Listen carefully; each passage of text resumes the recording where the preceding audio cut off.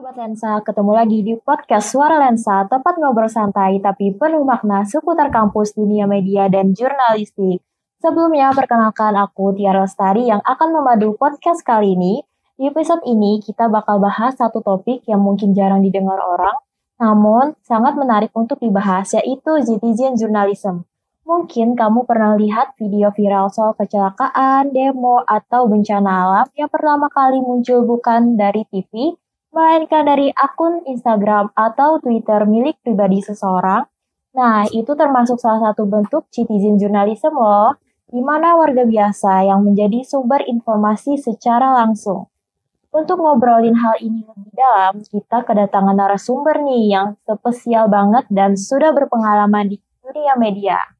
Halo, selamat siang Bapak. Selamat siang. Ya, boleh saya hai dulu nih kepada teman-teman podcast kali ini dan boleh perkenalkan diri Bapak dan profesi Bapak sekarang. Terima kasih sebelumnya kepada tim Lensa yang sudah mengundang Bapak dalam kesempatan kali ini.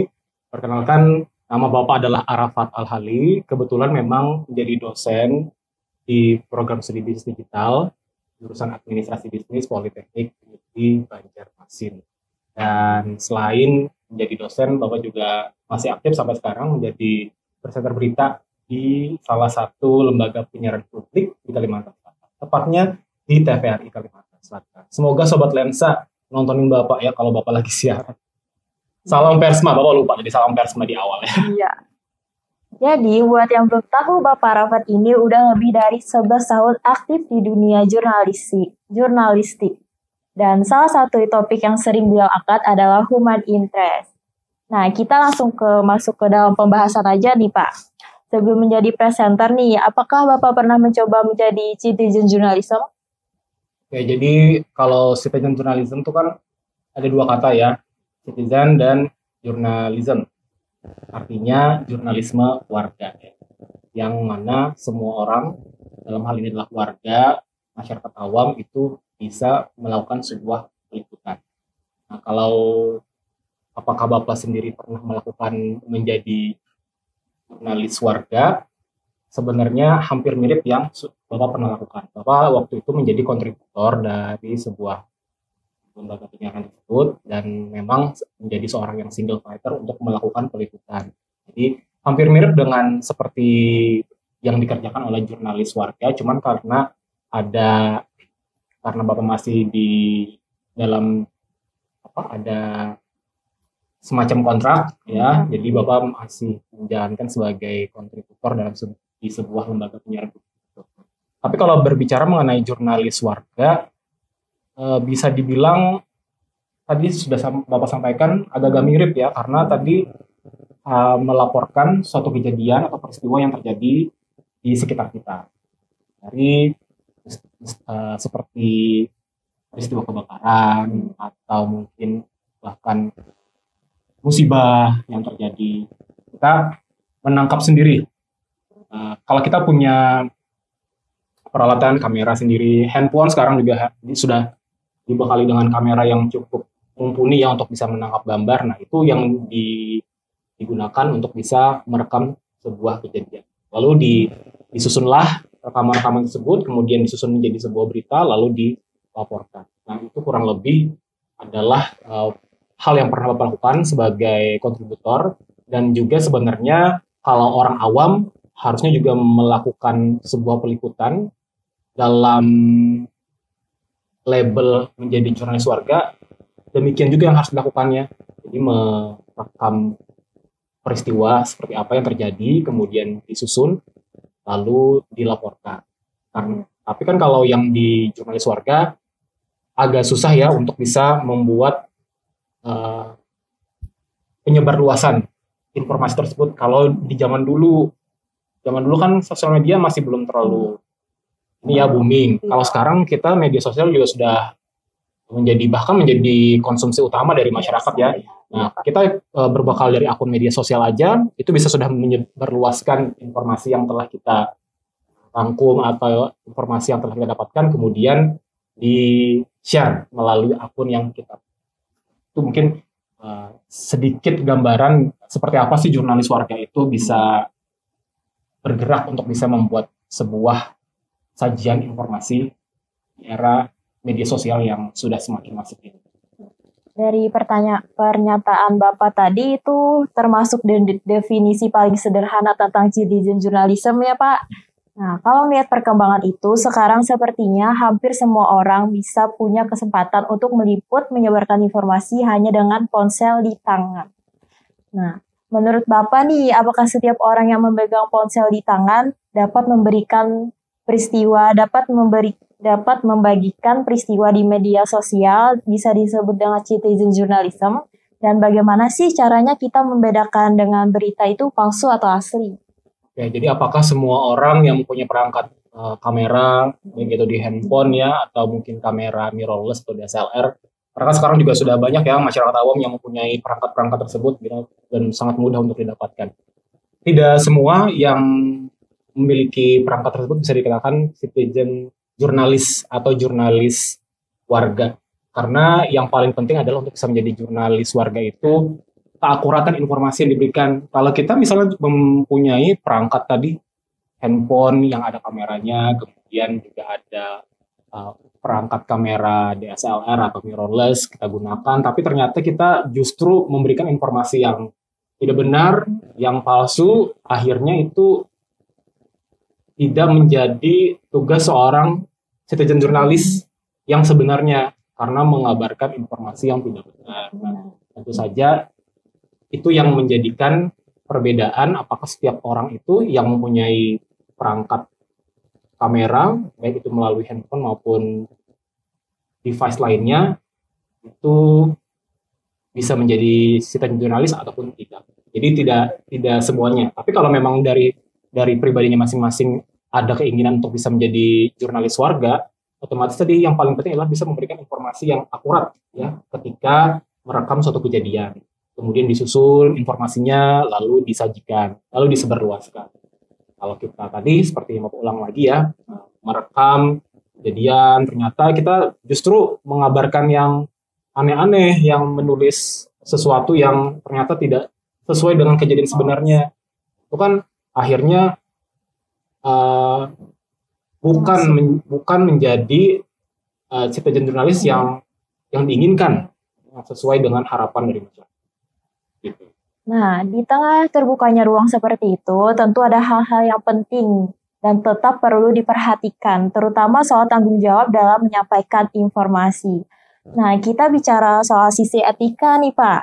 Dari sisi etika, apakah ada batasan tertentu yang sebaiknya tidak dilanggar oleh masyarakat saat membagikan informasi? Ya, betul, ini memang harus kita memperhatikan etika ya dalam melakukan peliputan.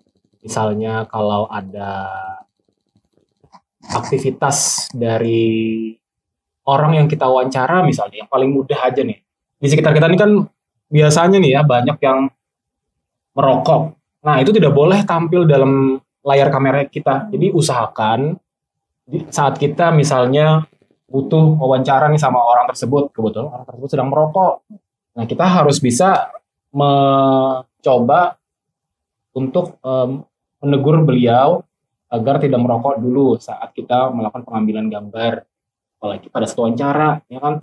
Ya kalau kita ngobrol di warung kan mungkin beda ya kalau tidak direkam dengan kamera. Tapi kalau kita akan melakukan suatu tugas yang apalagi terkait dengan bidang jurnalistik, hal yang tadi yang paling simpel adalah misalnya ada kegiatan orang yang sedang merokok itu dihindari, ya, hindari. Kemudian juga biasanya kalau ada korban kecelakaan atau apa, biasanya kan disamarkan namanya inisial, tidak disebutkan secara langsung. Dan yang ketika paling harus dijunjung adalah akuratan informasinya.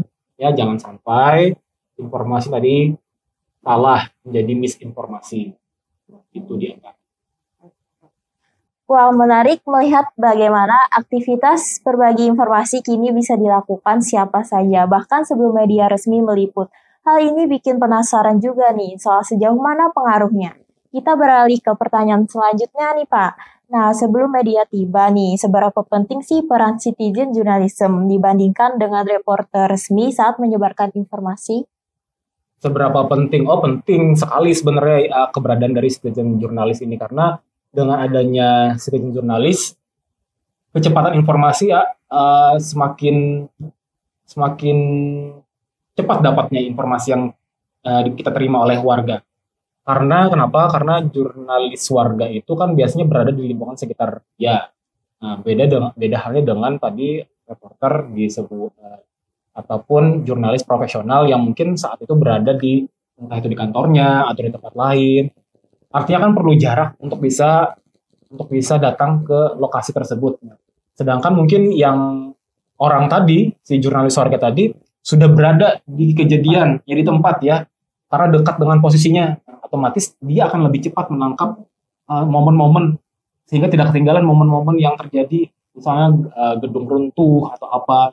Itu kan kalau reporter yang misalnya yang profesional tadi berada di suatu tempat yang lain, jaraknya kan cukup jauh, mungkin akan ketinggalan mungkin momen-momennya. Tapi kalau yang tadi sudah berada di lokasi sekitar, si jurnalis warga ini bisa merekam kejadian-kejadian yang akhirnya bisa ditangkap dengan kamera yang dia miliki. Nah, dan dia bisa kemudian menuliskan informasi, lalu disusun, lalu bisa disebarluaskan.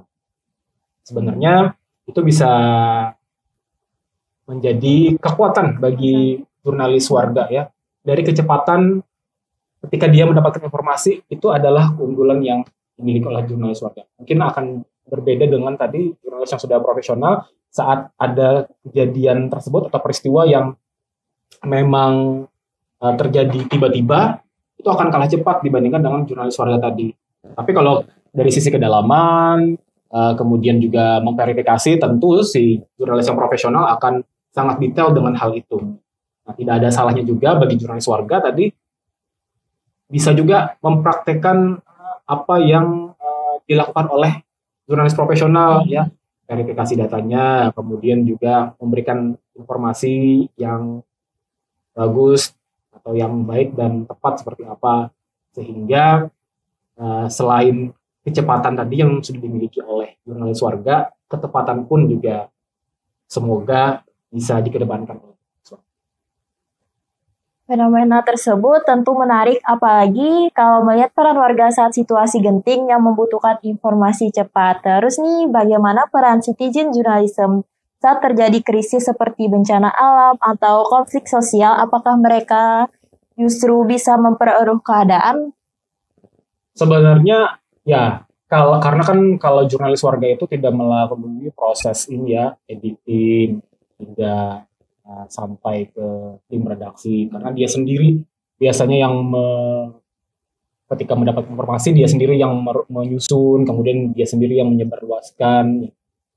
Ada dua kemungkinan, memang sebenarnya bisa jadi dia memang sangat membantu dengan informasi yang diberikan, bisa jadi juga memperkeruh keadaan kalau memang yang disampaikan itu tidak benar dan mengada-ada atau hanya persepsi dia sendiri.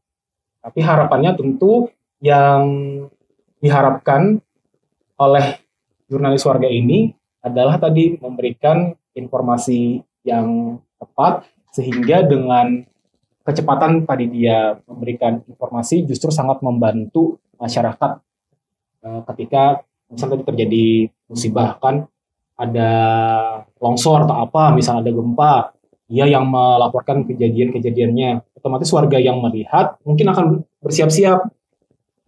Siapa tahu mungkin di daerah yang terjadi bencana tersebut dekat dengan wilayah orang lain yang melihat laporan dia tadi. Artinya kan cukup membantu bagi masyarakat yang melihat laporan si jurnalis warga tersebut. Nah, dari hal-hal tersebutlah yang diharapkan, yang bisa dilakukan oleh jurnalis warga, bisa membantu masyarakat luas, justru tidak memperkeruh keadaan. Setelah melihat peran yang cukup vital dalam situasi genting tersebut, muncul pula kekhawatiran soal kecepatan penyebaran informasi dan dampaknya terhadap akurasi berita. Nah, soal banding-membanding nih Pak, kalau kualitas informasi dari citizen journalism dibandingkan dengan jurnalis profesional, apakah bisa dipercaya atau justru rentan hoax nih? Oke, kalau terkait dengan hal ini, apakah bisa dipercaya? Kembali lagi kita harus melihat kepada personal orang yang melakukan peliputan tersebut, si jurnalis warga tersebutnya. Apakah dia memang orang-orang berintegritas? Kalau dia memang memberikan informasi yang benar, maka kita bisa mempercayai informasi tersebut. Apakah juga rentan hoax atau informasi yang palsu? Iya juga ya, karena begini, karena jurnalis warga tadi tidak melalui tim editorial ya. Jadi langsung dia sendiri yang menyampaikan, menuliskan informasinya, kemudian dia sendiri yang menyebarluaskan. Memang tetap ada potensi ya, cuman kita sendiri juga sebagai masyarakat juga dituntut untuk bisa cerdas ketika menerima informasi. Kalau memang dilihat seperti informasinya provokatif, maka patut dicurigai bahwa informasinya bisa berujung pada informasi palsu atau informasi hoax. Kalau melihat dinamika itu, jadi penasaran juga nih bagaimana media arus utama menyikapi kehadiran konten dari warga biasa yang kadang justru lebih dulu menyebar ke publik. Apakah media konvensional sering mempertifikasi atau mengutip konten dari citizen journalism? Kalau iya, seperti apa Pak itu proses verifikasinya? Verifikasi yang dilakukan oleh jurnalis profesional terhadap jurnalis warga tadi ketika dia sudah melakukan peliputan. Ya, ada juga memang beberapa di media itu yang mengambil gambarnya dari jurnalis warga ya, karena mungkin saat itu tidak ada di tempat yang ada tadi si jurnalis warga tadi kebetulan memang berada di wilayahnya. Nah, kalau yang itu biasanya si media bersangkutan atau si jurnalis ini konfirmasi dulu ke yang punya video, yang punya gambar, konfirmasi ini apakah benar kiriman dari ibu atau bapak. Nah, kemudian ini di mana kejadiannya dan segala macamnya diverifikasi oleh tim media yang profesional tadi. Kalau ternyata benar, nah ada izin yang harus disampaikan oleh pihak media kepada si jurnalis warga tadi yang melakukan peliputan sebelumnya untuk bisa ditayangkan di media kami, izin untuk bisa ditayangkan. Nah, kalau mendapatkan izin dari yang punya video atau yang punya gambar, bisa nanti langsung dimasukkan ke dalam sajian berita, kemudian biasanya editor juga ngasih tambahan tuh di video amatir atau video kiriman warga. Biasanya ada tulisan seperti itu kalau memang ambilan videonya itu ambilan dari warga. Tetap harus izin kalau dari media profesionalnya kepada si warga yang terjadi. Seru juga mengetahui bahwa media besar kadang mengandalkan konten dari warga. Tentunya setelah melewati proses sertifikasi yang ketat, ini menunjukkan adanya kolaborasi yang cukup menarik antara media masyarakat dalam menyebarkan informasi. Lantas, bagaimana sih Pak media besar menanggapi dengan keberadaan citizen journalism ini? Apakah menjadi peluang atau sebaliknya? Apakah ini menjadi peluang atau ancaman ya sebaliknya ya? Menurut Bapak pribadi, ini sebenarnya adalah peluang ya bagi dunia jurnalistik. Jadi maksudnya di sini adalah jurnalis warga, citizen jurnalis ini tentu bisa melengkapi ekosistem jurnalisme yang ada sekarang ya. Jadi si jurnalis warga itu kan keunggulannya pada kecepatan, sedangkan si jurnalis profesional mungkin analisisnya terhadap suatu berita itu lebih mendalam. Jadi kalau kolaborasi, nah ini maka akan menjadi suatu kombinasi yang bagus sekali ya ketika jurnalis profesional bisa berkolaborasi dengan jurnalis warga yang tadi memiliki keunggulan dalam kecepatan dan jangkauan lokalnya dia yang miliki gitu.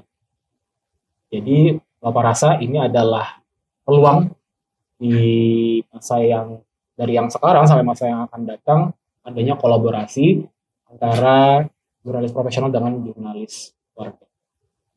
Dari Bapak sendiri nih, apakah ada tips untuk masyarakat agar bisa memilah berita yang beredar di media sosial? Masyarakat memilah berita dan tips dari Pian.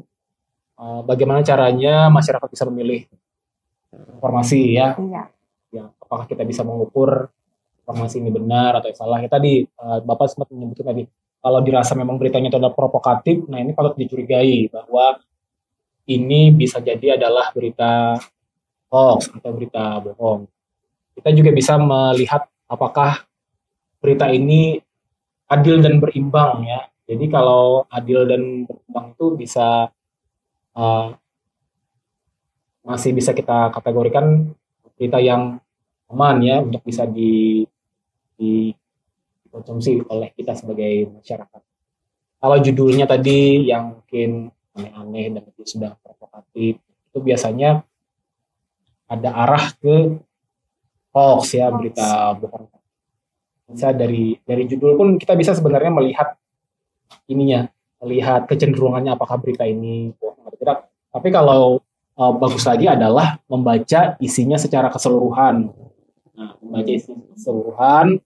Nah, kalau dari situ kan kita bisa melihat beritanya ini mungkin tadi di awal agak-agak lain ya topiknya, tapi ternyata pas di belakangan baru muncul sesuai dengan apa yang disampaikan di judul ya. Itu makanya kita harus dituntut untuk bisa membaca sampai selesai, sampai tuntas berita itu. Tapi kalau misalnya tadi masyarakat sudah cerdas untuk bisa memilih berita itu apakah berita bohong atau tidak, dan ternyata melihat berita itu bohong, stop aja sampai di kita. Jangan ikut menyebarkan. Ya, kalau kita ikut menyebarkan, nanti makin melebar-lebar lagi informasi bohong. Jadi kalau sudah bisa masyarakat membedakan apa tadi berita yang hoax atau tidak, kalau ternyata hoax cukup sampai di kita saja ya, kita ikut menyebarkan. Kalau masyarakat bisa memilah dengan baik, tentu dampak negatif seperti hoax bisa diminimalisir. Selain memilih informasi, penting juga untuk mengarahkan peran masyarakat supaya kontribusinya lebih positif dan bermakna. Sebagai presenter media nih Pak, apakah Bapak punya saran tentang peristiwa seperti apa yang layak diliput oleh citizen journalism dan dampak baik bagi media? Oke. Kalau topik seperti apa yang bagusnya diliput oleh jurnalis warga atau citizen jurnalis, seperti peristiwa ya, kayak kebakaran, kayak musibah, longsor, tanpa gempa, nah yang seperti itu yang bagus untuk bisa dilaporkan oleh jurnalis warga. Tidak hanya itu, mungkin kalau yang punya ketertarikan dalam bidang sosial juga bisa misalnya melaporkan tentang demo yang mungkin bisa juga. Tapi kalau demo biasanya ini sih sudah ada waktu tersendiri kan. Biasanya jurnalis itu sudah standby. Jurnalis yang profesional biasanya udah ada jadwal dan standby. Nah kalau yang nggak ada jadwal itu kayak kegiatan sosial yang ada di lingkungan sekitar dia kayak gotong royong. Nah itu kan biasanya informasinya tidak melulu sampai kepada media yang profesional, tapi bisa jadi juga hanya kepada orang-orang sekitar. Nah, orang-orang sekitar tadi yang misalnya adalah seorang jurnalis warga, maka dia bisa menginformasikan tentang kegiatan bakti sosial, tadi gotong royong. Nah, itu juga bisa bermanfaat untuk masyarakat yang nikmati. Melihat perkembangan tersebut, tak bisa dipungkiri ada tantangan sekaligus peluang yang memunculkan pertanyaan penting masa depan profesi jurnalistik. Apakah citizen journalism bisa menggantikan peran jurnalis profesional di masa depan, Pak? Mengapa? Kalau dari Bapak pribadi sebenarnya tidak menggantikan ya. Sekali lagi hanya bisa jadi pelengkap bagi kegiatan jurnalistik.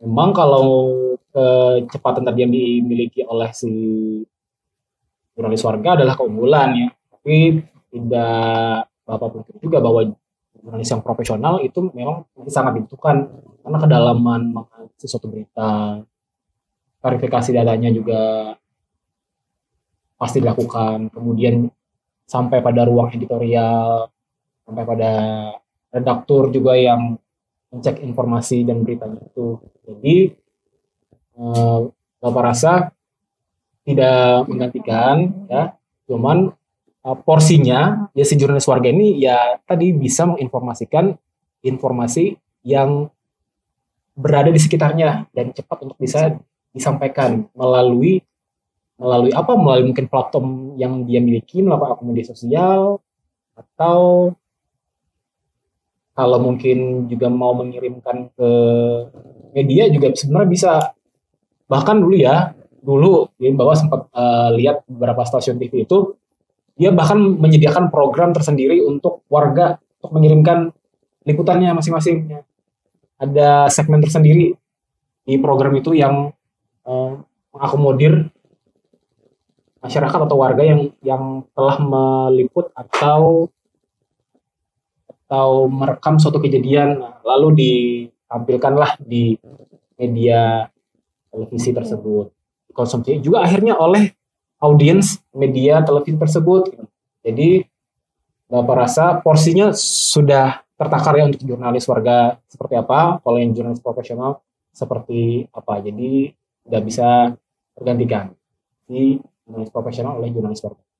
Kecuali ya jurnalis warganya mungkin punya kemampuan lebih dan akhirnya menggali akhirnya melamar kerja di media tersebut. Nah, menjadi jurnalis profesional ya itu bisa. Makanya maksudnya dia upgrade menjadi jurnalis profesional, nah itu bisa. Selanjutnya nih Pak, apakah Bapak punya pengalaman pribadi mengenai dari laporan warga kemudian jadi bahan siaran? Ada. Jadi kalau yang banyak di Banjarmasin ini kan peristiwa yang terjadi adalah kebakaran ya. Jadi dari proses kebakaran itu bisa kita sampaikan kepada masyarakat melalui media televisi bahwa telah terjadi kebakaran, dan itu dukungan informasi pertamanya dari kiriman dari warga tentunya. Lalu dicek, diverifikasi kalau memang benar terjadi kebakaran di tempat tersebut, bisa diinformasikan kepada audiens ataupun penonton di media televisi. Ada juga nih yang lain yang pernah Bapak dapatkan itu adalah tentang, mungkin kamu juga pernah mendengar ya salah satu minimarket. Ya, minimarket di Gambut sana ya yang rubuh. Nah, itu kan yang mengirimkan kan adalah warga ya, bahwa ini adalah terjadi bangunan rubuh ya. Saat itu kan mungkin tidak ada jurnalis yang benar-benar standby kan, yang jurnalis yang profesional yang standby di kejadian itu. Nah, dari situlah informasinya didapatkan. Terus ketika itu didapatkan, baru jurnalis yang ada di lembaga penyiaran itu turun ke lapangan untuk meng-cross check ya kejadian seperti apa pasca dari bangunan yang rubuh itu seperti apa. Nah, dari situ mungkin kiriman dari jurnalis warga ini sangat bermanfaat untuk bisa menindaklanjuti apakah informasi lainnya lagi yang akan bisa digali untuk bisa diberikan kepada masyarakat, menjadikan sebuah berita. Sebagai penutup nih Pak, tentu akan sangat berarti kalau Bapak bisa berbagi motivasi dan pesan bagi pendengar yang terlibat jauh dalam dunia citizen journalism atau bahkan ke dalam dunia jurnalis profesional. Jadi bagi Sobat Lensa yang ingin terjun ke dunia jurnalistik secara profesional, menjadi jurnalis warga itu bisa menjadi batu loncatan. Karena dengan menjadi jurnalis warga, kita bisa melatih kepekaan kita terhadap sebuah peristiwa, kemudian juga melatih kita untuk bisa menulis sebuah berita seperti apa. Kemudian kalau jurnalis warga kan juga yang melaporkan secara langsung ya dengan berbicara. Nah, itu juga bisa melatih kemampuan kita berbicara di depan kamera seperti apa.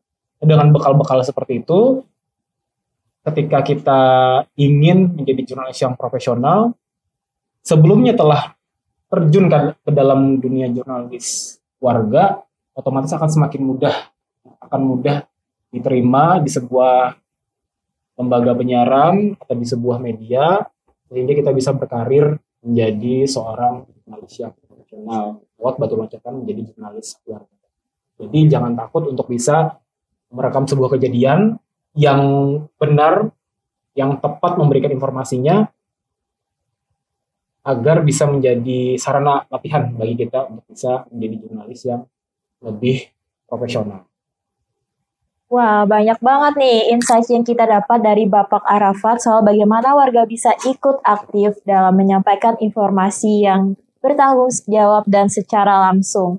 Intinya, semua orang bisa ikut menjadi bagian dari berita, namun harus tetap diingat bahwa verifikasi itu penting. Dan etika tetap harus dijaga. Terima kasih Bapak Arafat udah hadir menjadi narasumber kita kali ini tentang jurnalisme citizen pada hari ini. Dan buat kamu yang dengerin sampai akhir, jangan lupa subscribe YouTube LPM Lensa Poliba dan share video ini sebanyak-banyaknya kepada teman-teman kamu.